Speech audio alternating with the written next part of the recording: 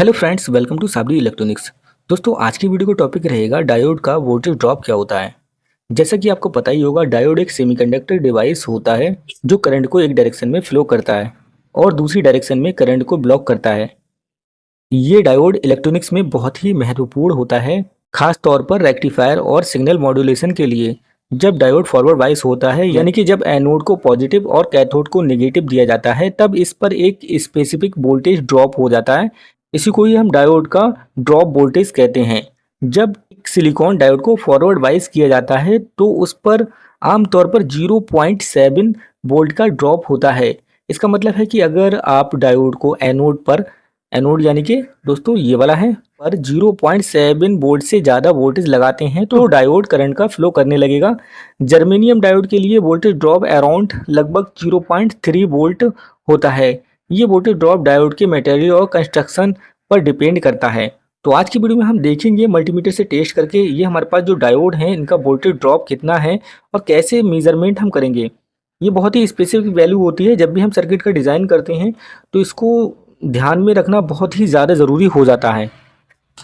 Voltage drop को test करने के लिए यहाँ पर हम एक 9 वोल्ट की बैटरी और एक 1000 ओम की एक रेजिस्टेंस और बैटरी का जो कैप है, और साथ ही साथ हम एक मल्टीमीटर भी ले लेते हैं, जिससे हम ये मेज़र करके देखेंगे कि वोल्टेज की डायोड कितना वोल्टेज ड्रॉप करता है।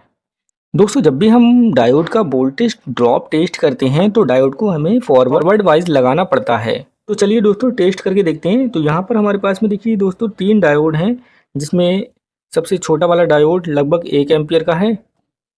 उसके बाद हमारे पास एक 5408 जो कि करीब 3 एम्पियर का करंट लेता है। उसके बाद एक हमारा 6 एम्पियर का डायोड है। 3 डायोड हैं, हम तीनों का वोल्टेज ड्रॉप टेस्ट करने वाले हैं।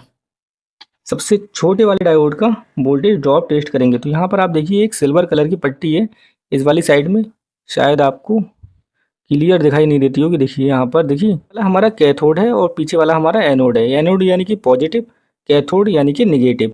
तो यहाँ पर हम पॉजिटिव सप्लाई कनेक्ट करेंगे पीछे से, तब हमारा डायोड फॉरवर्ड कंडीशन में हो जाएगा। तो यहाँ पर हम एक रेजिस्टेंस को 1 किलो ओम की यानी 1000 ओम की है, इसको हम कनेक्ट कर लेते हैं। रेजिस्टेंस को इसके साथ में कनेक्ट कर दिया है। उसके बाद दोस्तों एनोड पर हम बैटरी का पॉजिटिव वाला टर्मिनल कनेक्ट कर लेते हैं।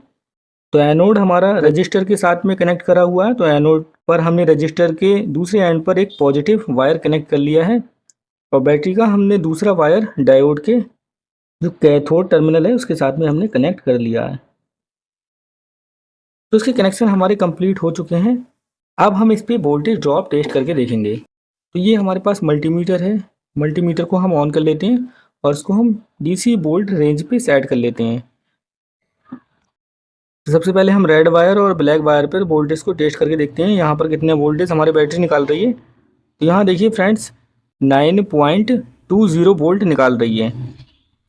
अब हमें इस डायोड का वोल्टेज ड्रॉप टेस्ट करना है। तो वोल्टेज ड्रॉप टेस्ट करने के लिए एक वायर हम यहाँ पर लगा हुआ है और रेजिस्टेंस को मैं काट देता हूँ। रेजिस्टेंस को हटाने के बाद में यहाँ पर देखते हैं, देखिए 0.66 वोल्ट, यहाँ पर 0.66 वोल्ट ड्रॉप हो रहा है, जबकि जो सिलिकॉन डायोड होता है उसका वोल्टेज ड्रॉप 0.7 वोल्ट होना चाहिए था। अब यहाँ पर हम इस डायोड को हटाकर दूसरे डायोड को टेस्ट करके देखते हैं। अब मैं यहाँ पर 3 एम्पियर वाला डायोड ले लेता हूँ, इसका नंबर 5408 है। और एक चीज़ का दोस्तों ध्यान रखना, कभी भी डायोड का वोल्टेज ड्रॉप टेस्ट करें तो डायोड जो है वो फॉरवर्ड वाइज ही लगा हुआ होना चाहिए। हमने दूसरा वाला डायोड यहाँ पर लगा दिया है, जो हमारा 3 एम्पियर का डायोड है 5408। अब इसका हम वोल्टेज ड्रॉप टेस्ट करके देखें। तो यहाँ पर देखिए बैटरी अपने अंदर से 9.13 वोल्ट निकाल रही है और बाकी वोल्टेज ड्रॉप इस डायोड पर हो रहा है। तो इस डायोड पे देखिए फ्रेंड्स 0.478 यानी 0.48 वोल्ट ड्रॉप हो रहा है। ये हमारा 3 एम्पियर का डायोड है, तो यहाँ पर 0.48 वोल्ट ड्रॉप हो रहा है। जबकि तो अब इस वाले डायोड को हम हटा देते हैं। उसके बाद में एक डायोड और ले लेते हैं जो हमारा सबसे बड़े साइज़ का है, जिसकी वैल्यू लगभग 6 एम्पियर की है। तो इस डायोड को हम कनेक्ट करके देखते हैं।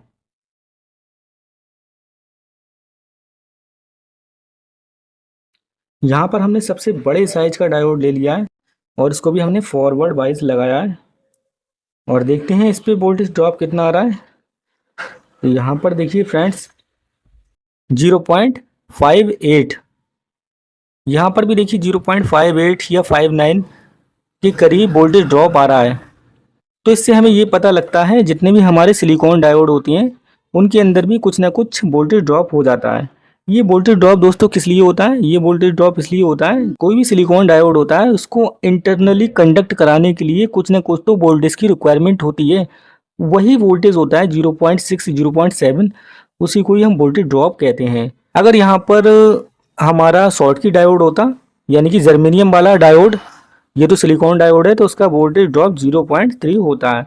नेक्स्ट वीडियो अगर आप कमेंट करेंगे तो शॉर्ट की वीडियो जिसका वोल्टेज ड्रॉप 0.3 वोल्ट होता है उस पर भी मैं वीडियो बना दूंगा। तो आज की वीडियो में बस इतना ही। अगर आपको ये वीडियो पसंद आई हो तो वीडियो को लाइक कर देना एंड चैनल पे पहली बार आए हो तो चैनल को सब्सक्राइब कर देना।